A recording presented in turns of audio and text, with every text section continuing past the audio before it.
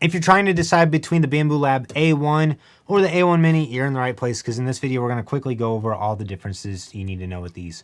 Both of these are bed slingers, which means that the print head moves back and forth and up and down, but the bed itself actually moves back and forth. And at first glance, you can tell the A1 is significantly longer and it gives you a better build plate. But once you actually set these up on a surface, the A1 doesn't really take up much more space. You can choose to get either of these with or without the AMS light, which the AMS light allows you to have up to 4 different filaments loaded, so you can do multicolor printing. Also, you don't have to fully unload the filament before changing the colors on it, which really speeds you up if you want to print one model black, one white, one gray. I found both of these gave me the same exact print quality though.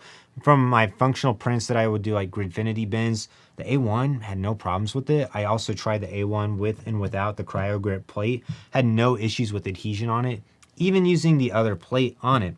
You can choose to get the AMS light for either of these. I just kept using the A1 without the AMS light. So I would say, if you're trying to decide between the two of these, you need to ask yourself, do you have enough space to hold the A1? Because it's a little bit more expensive than the A1 Mini, but the build plate is way bigger. So with the A1 Mini, if you're going to print Gridfinity, you can only go up to about a 4x4 grid.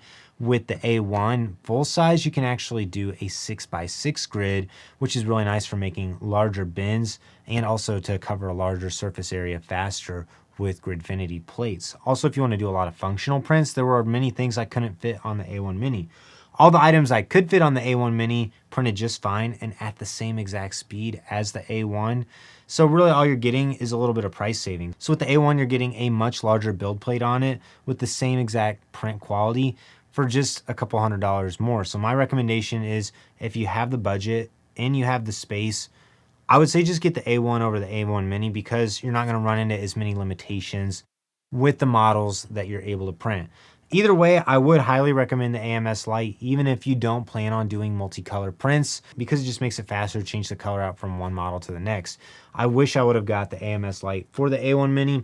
I would say just avoid the AMS light if space is going to be your issue, because with the A1, you can actually mount it on the top of it. With the A1 Mini, there's not a very good way to put the AMS light directly on top of it. So it is going to have a larger footprint, which then kind of defeats the purpose of getting the A1 Mini.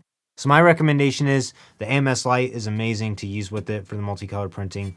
And if you can, just get the larger A1. You're really going to appreciate the larger screen and the larger build plate on it.